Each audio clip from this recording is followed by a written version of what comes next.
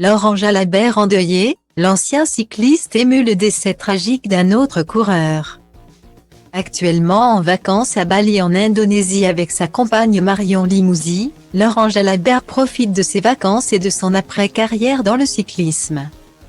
L'ancien coureur, qui a notamment remporté 138 victoires dans sa carrière, a également su se reconvertir en devenant consultant pour France Télévisions, durant le Tour de France.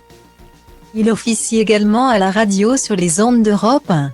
L'ancien sélectionneur de l'équipe de France de cyclisme sur route entre 2009 et 2013. Champion du monde de l'épreuve de contre-la-montre en 1997, a appris une bien triste nouvelle alors qu'il coulait des jours heureux à l'autre bout du monde le mercredi 30 novembre 2022, la mort tragique du champion de cyclisme italien. David Rebellin, âgé de 51 ans, et qui était toujours en activité, alors que ce dernier s'entraînait à vélo sur les routes de Montebello Vicentino, un petit village italien. Le natif de San Bonifacio avait un impressionnant palmarès à son compteur. 3 fois vainqueur de la Flèche wallonne. Il avait entre autres également remporté la prestigieuse course Paris-Nice en 2008. Et détient le record de participation au Tour de Lombardie avec 16 apparitions. Il avait notamment reçu la distinction de l'Ordre du Mérite de la République italienne.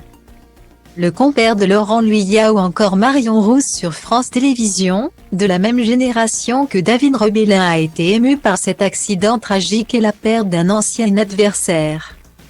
Sur son compte Instagram, le natif de Mazamet a reposté une photo en story, postée à l'origine par le 7 fois vainqueur du maillot vert sur le Tour de France, le Slovaque Peter Sagan.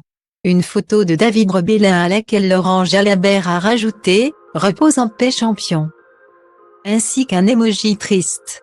Un destin glorieux puis finalement tragique pour le coureur italien à la longévité impressionnante.